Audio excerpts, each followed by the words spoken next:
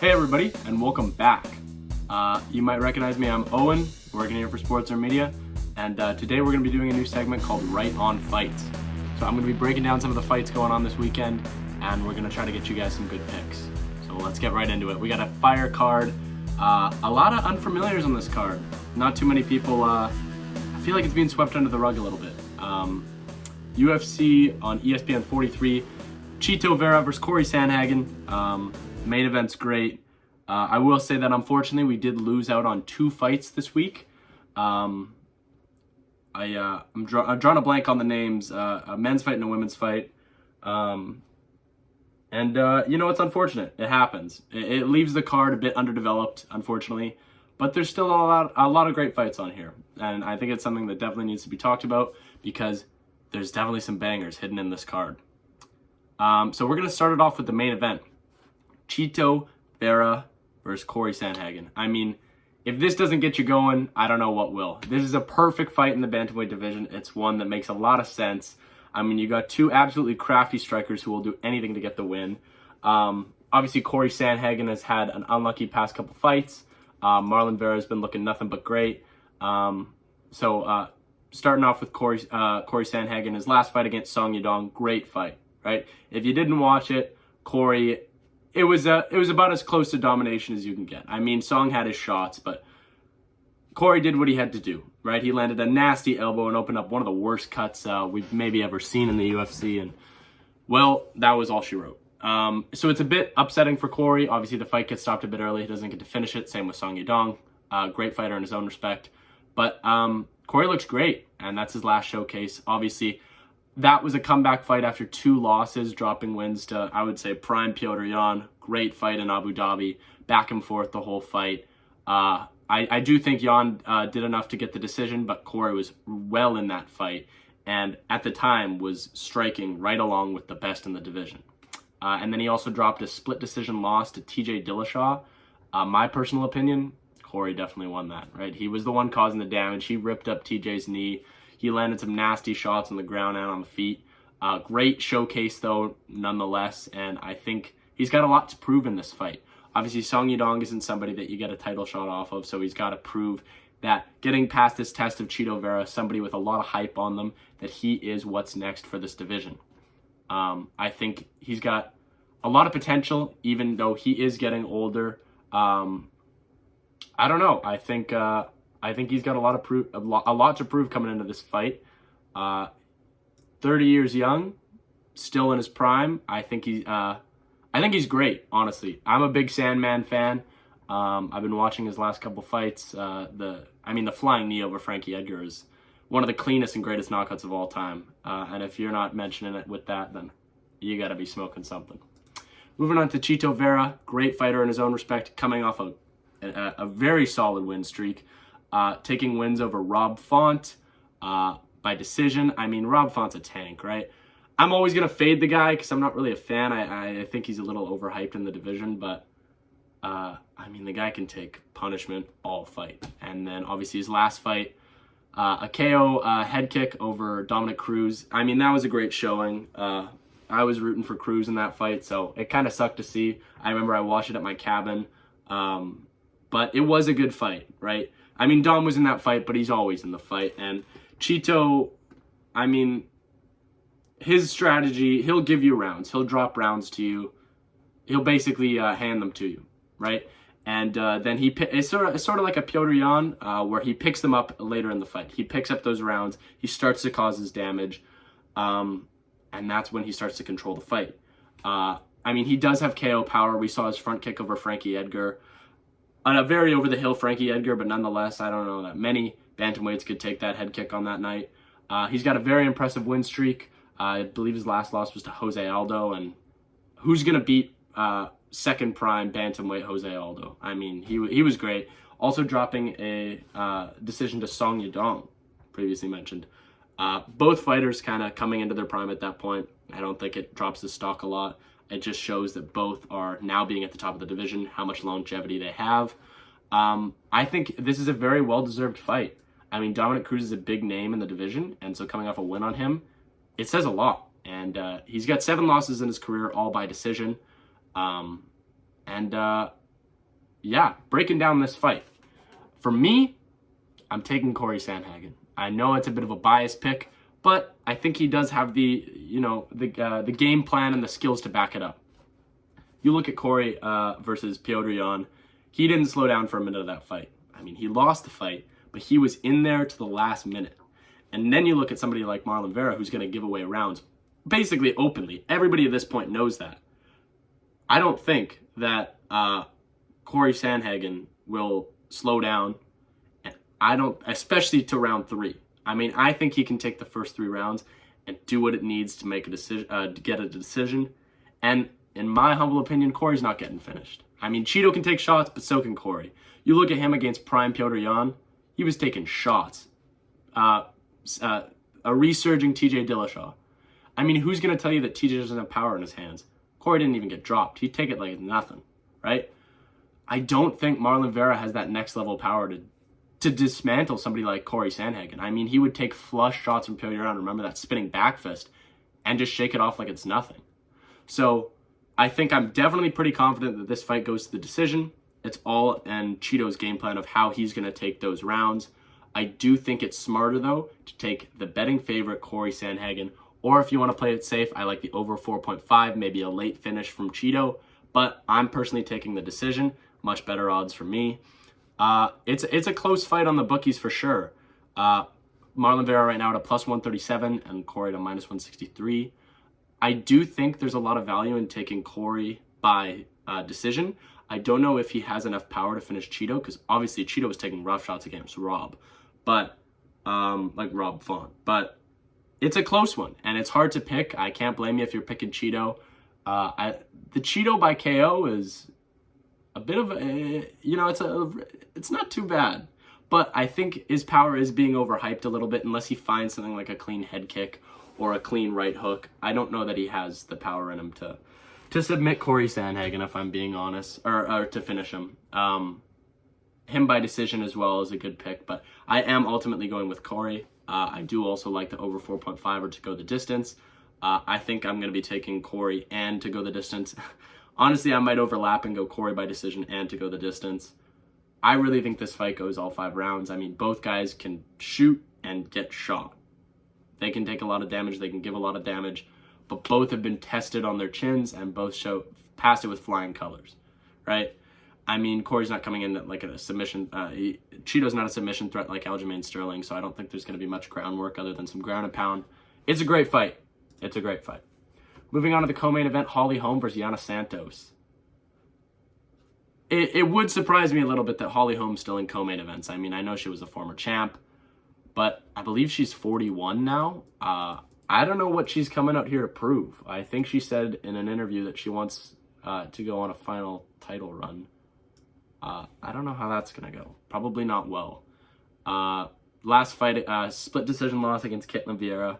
Very close fight and very contested on who actually won that. Caitlin won because of her grappling and her clinch game.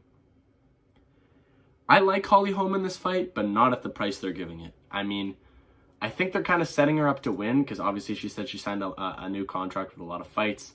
Yana Santos' last fight was a first-round TKO against Irene Aldana. I mean, that's never going to look good on anybody's record. Also got TKO'd by Aspen Ladd. It's very questionable. I mean, I feel like Augusta Wynn might knock this girl out. I'm not too familiar with her game. I don't know if anybody really is. But Holly Holm sitting at a minus 250. I mean, if you're 5 years away from being in like a retirement home, I don't know that you should be a minus 250 against anybody. I do like Holly Holm.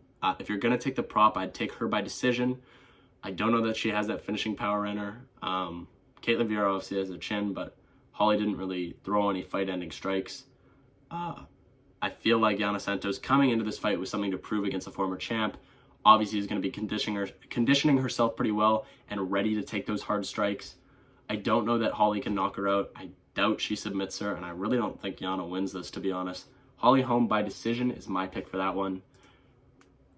I mean, it's not the barn burner we all hoped for a co-main, especially at a card that's not at the Apex, but, it happens. It's all right. It's a card, co-main, former champ. I'll let it slide. Next fight, Nate Landwehr versus Austin Lingo. Now, I'm a little bit upset about this fight because we missed out on the Alex Caceres matchup. Nate Landwehr versus Alex Caceres was the original fight. Alex had to drop out, and Austin Lingo's filling in. Not too familiar with Austin. I know he's got some great fights, great performances out of the UFC. Fairly newcomer. He's got a lot of wins in LFA. This will be his 4th fight in the UFC, and he's coming off 2 wins, both by decision. I am picking Nate to win this fight. I think he's just got the skills to pull out a win here. I mean, he came off that crazy fight with David Onama, his last fight, and before that submitted Ludovic Klein, who was just in a great fight with on the UFC London card. You guys know who I'm talking about. I'm drawing a blank on the name. I think Nate's got the skills and the resume to back up bringing himself to a win here. I mean, he got KO'd by Julian Erosa, but I mean, it's Julian Erosa. I mean, he was beating Alex Caceres before Alex pulled something out of the bag. I love Alex Caceres, but Julian Erosa could knock anybody out, is my point. In this division, at least. I don't think it really shows who Nate is. I think Nate, in his last 2 fights, has really shown us who he is. Jai Herbert. Sorry. Anyways, Nate's been looking good his last 2 fights, coming up against somebody on short notice who's off 2 decision wins. I mean, it's the same with the Holly Holm fight. It's a tough price to pay, and it's why I'm not taking the money line. I'm taking the over 2.5 rounds. If you even want to take it to go to the decision, that's fine and get a plus. It's crazy to me that in a fight with David Onama, where both of them could have been finished at any time, Nate had it in him to tough it out to a decision, and Austin Lingo coming off of 2 decision wins, I really think this goes the distance in a 3-round fight. I mean, unless somebody comes out there, maybe Nate the Train comes out there to steamroll him like his name would suggest, but I do think this goes to the decision. And I do think Nate wins, but it's something you should be a little cautious of. It's a tough matchup, more so than the odds would suggest. Going down the fight card, Alex Perez versus Manuel Kopp. This being buried in the card should be criminal. It's a great fight, a flyweight fight, a crazy scrap. Alex Perez is always entertaining, wins or losses. And Manuel Kopp is somebody that people have been looking at as a prospect for a while, maybe a little too long. But, I mean, he did come over. His last fight was a 3-round decision against David Dobrak. It was a good fight, good showing. He's got 6 losses on his record. That KO over Ode Osborne was really good. But obviously, you look at his record, he drops a split decision to Mateus Nicolau and a unanimous to Alexander Pantoja. He's got decent wins, but he doesn't have any great wins. And Alex Perez, obviously, you look at his record, he's been finished by the top of the division. Alexander Pantoja, 1st-round submission. I watched that fight. I was pretty high on Pantoja at the time. 277, great card. And Davison Figueiredo, I mean, I don't think that drops the stock a lot. And Joseph Benavidez. I mean, if you're going to lose to anybody in the division, it should be those 3, I think. Alex, I'm surprised that Alex is a heavy underdog here. I think obviously people are riding Manuel Kopp quite a bit. But I'm picking Alex here. There's not much to say about this fight. I think the line for the rounds is right now at 2.5 over under. I might take the over. I don't know that Manuel Kopp has the finishing ability that Alex has been finished by, and obviously in a close fight against David Dobrak, or a back and forth fight for 3 rounds, this might go to a decision as well. Don't quote me on it, not confident, but if you want to get a juicy little plus on the over 2.5, I'm taking it. I'm also taking Alex Perez money line. I think he pulls it out. I think he proves why he's still meant to be near the top of the division. He's got a lot to prove. It's going to be a banger. I definitely recommend you tune in. That's going to be a great fight. Next, we have Chidi Bang Bang. Chidi Njokuani versus Albert Duraev. This is my fight of the night. I love this fight, especially for Chidi. It's going to be a fucking war. But I'm heavy on Chidi this card. I mean, the guy's fucking massive for middleweight, right? 6'3" versus somebody 5'11", a 4-inch height advantage on its own and a 5-inch reach. You're coming up with somebody who's a striker against a grappler. It's a pretty standard matchup, but I really do think that Chidi is coming in here to stand and bang, and I think it's going to be a great fight. He's got decent clinch game. I mean, Derive's pretty good on the ground, but I do think Chito has some crazy ground and pound too.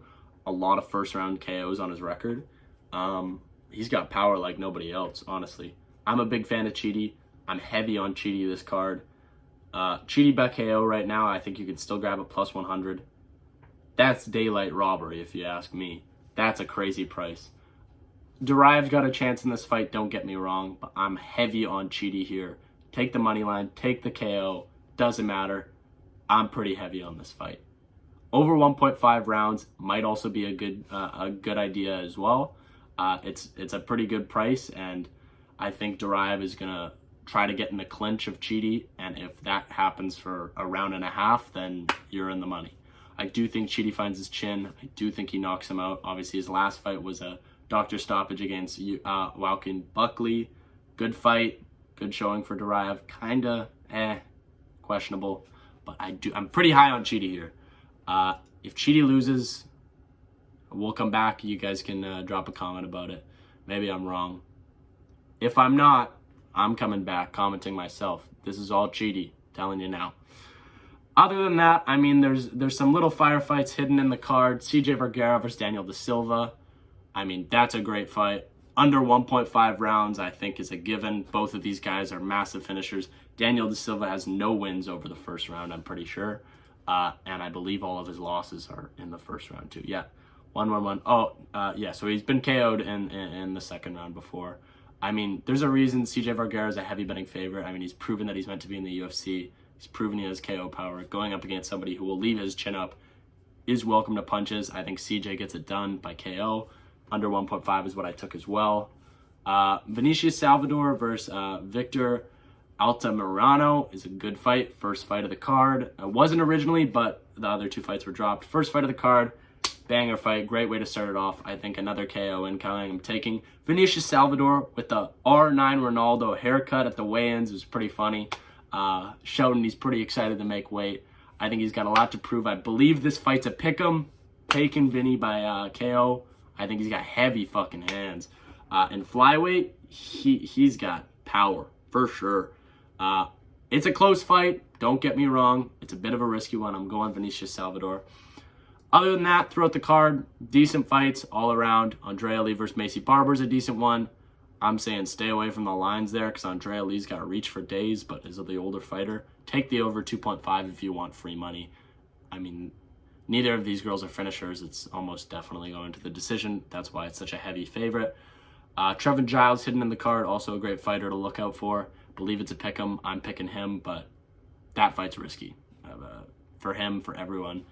Other than that, it's a pretty good card. I hope you guys get some insight on the card from my picks. Like I said, this is right on fights. I'm trying to get you guys right on the fights.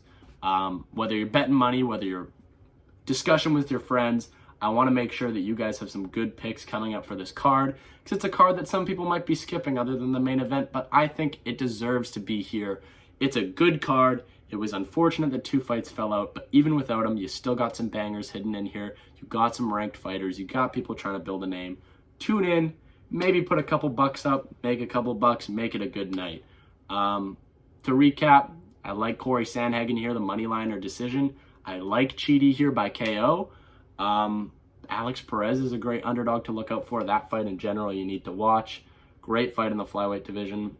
Other than that, that's about all the card. We got some other great fights this weekend, though. I believe at the time of filming, ONE FC is doing a card. Supposed to be Superleg versus Rod Tang. We missed out on it. Rod Tang had to pull out. Heartbreaking. That would have been a crazy fight. I might tune in to watch some of the fights, but it sucks that we're missing out on that one. And then obviously, we do have Caleb Plant versus David Benavidez. Great boxing fight. Recommend you tune into there. To recap quickly my pick on that, I'm picking Caleb Plant by KO. You give me a plus 750 on that. I mean, maybe the bookies know something I don't, but Caleb showed in his last fight he's got power, he's got technique. It's a bigger ring than normal. He has space to move around. David Benavidez, undefeated, great fighter.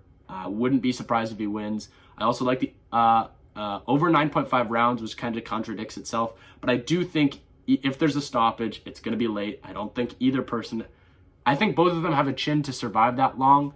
I just think that Caleb might have it in him to find a duck kind of hook like he did in his last fight.